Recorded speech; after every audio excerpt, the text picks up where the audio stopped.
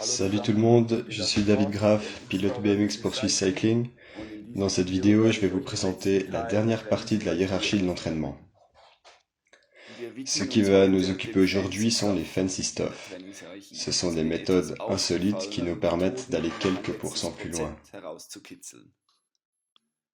Dans les dernières vidéos, vous avez vu les gènes, le volume et la fréquence d'entraînement, la répartition de l'intensité, la périodisation timing. Il nous reste donc le dernier point. Et bien que ce soit celui qui ait le plus faible influence sur la performance dans la hiérarchie de l'entraînement, il est souvent abordé. C'est toujours plus intéressant de parler en entraînement dans la chaleur plutôt que d'expliquer que tu vas tôt au lit pour dormir suffisamment.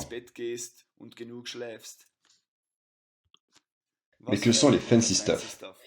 Ce sont par exemple les cabines à chaleur pour simuler un entraînement chaud, mais aussi les masques d'entraînement respiratoire, le blood flow restriction en entraînement de force, la mesure de la variabilité cardiaque pour l'indication de la préparation, ou comme on peut le voir sur l'image, les smart cranks, ou un sujet assez classique, l'entraînement en altitude.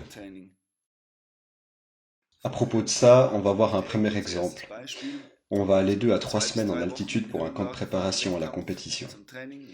En altitude, comme il y a moins d'oxygène, le cœur doit pomper plus de sang dans les muscles afin d'avoir la même quantité d'oxygène à disposition, ce qui amène le corps à produire plus de cellules sanguines et augmenter la masse d'hémoglobine.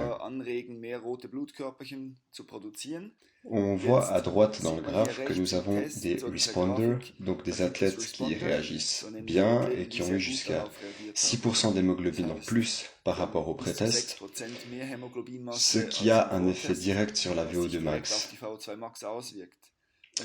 Il y a également des non-responders chez qui il ne s'est rien passé ou qui ont même baissé leur masse d'hémoglobine après le test, ou donc après les 2-3 semaines d'entraînement. Donc, si l'on s'entraîne en altitude, cela peut avoir un très bon effet sur la compétition si le timing est bon, comme abordé dans la dernière vidéo, si la périodisation est bonne, si la répartition de l'intensité est bonne, si les volumes d'entraînement et la fréquence sont bons, et pour finir, il faut encore avoir les bons gènes, et ça on peut pas l'influencer. Comme nous sommes à la fin de la hiérarchie de l'entraînement, il faut que tout le reste fonctionne. La même chose existe évidemment pour les sports de force comme le BMX, qui est un sport explosif. Il y a des études très claires là-dessus qu'un muscle peut développer plus de force et plus rapidement quand il est chaud. Il y a diverses possibilités d'amener le muscle à bonne température, par exemple en s'entraînant seulement quand la température extérieure est à 35 degrés, ce qui est malheureusement pas trop possible chez nous, ou alors on apporte une source de chaleur externe, comme par exemple une couverture chauffante ou un pantalon chauffant, ou si on est dehors, un radiateur, ce qui va amener les muscles à température et permettra d'avoir une plus grosse production de force. Les fancy stuff, j'en ai essayé beaucoup dans ma carrière. J'ai jamais eu l'occasion de faire un entraînement en altitude car ce n'est pas nécessaire pour mon sport, mais j'ai cependant porté des pantalons chauffants quelques années.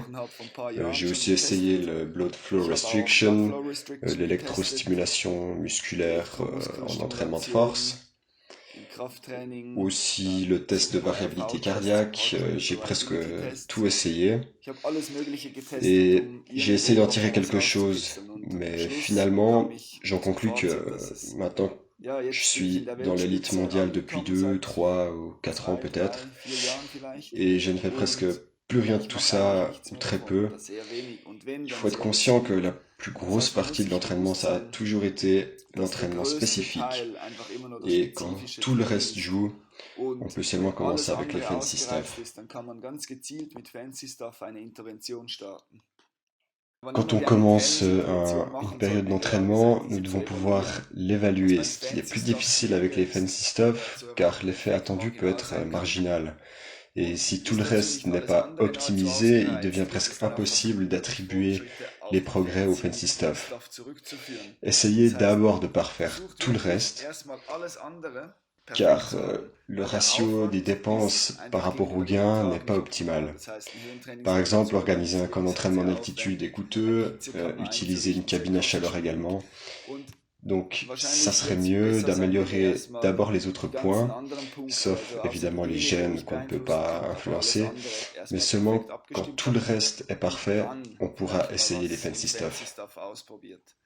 Voilà encore une fois la hiérarchie de l'entraînement. J'espère que vous avez eu une bonne introduction avec les dernières vidéos et que vous avez vraiment appris quelque chose. Soyez sûr de vous concentrer d'abord sur tous les autres points avant d'aborder les fancy stuff. Bien du plaisir à l'entraînement. Ciao.